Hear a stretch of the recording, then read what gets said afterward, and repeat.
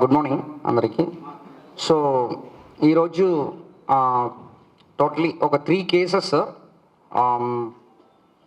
దాంట్లో ఒకటి గంజా 22 kgs, రెండవది 2 and 3 ఇది రెండు కూడా bike offences. So first ganja case గురించి చెప్తాను. సో దీంట్లో గంజా కేసు ఏంటంటే మనకి మణికంఠ అని చెప్పేసి, ఫుల్ నేమ్ దమ్మలపాటి మణికంఠ. ఈ వ్యక్తి పైన ఒక బైక్ అఫెన్స్ కేసు గతంలో ఉంది. సో బేస్డ్ ఆన్ ఇన్ఫర్మేషన్ ఈ మణికంఠని మనం అరెస్ట్ చేయడం జరిగింది.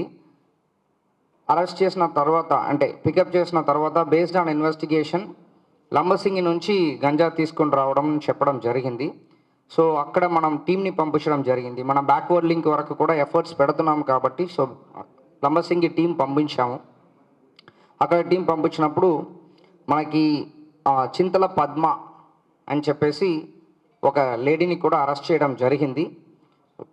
అదేవిధంగా వాళ్ళ హస్బెండ్ చింతల సత్యనారాయణ ఇంకా అబ్స్కౌండింగ్లో ఉన్నారు. సో ఈ మణికంఠ తర్వాత బ్యాక్వర్డ్ లింక్ వెళ్ళినప్పుడు ఆ పద్మ, చింతల పద్మ వాళ్ళందరి దగ్గర నుంచి కలిపి 22 kgs సీజ్ చేయడం జరిగింది. దీంట్లో ఏంటంటే ఇప్పుడు మణికంఠ తరపు నుంచి మన కన్స్యూమర్స్ కొంతమంది నేమ్ తీసుకోవడం జరిగింది.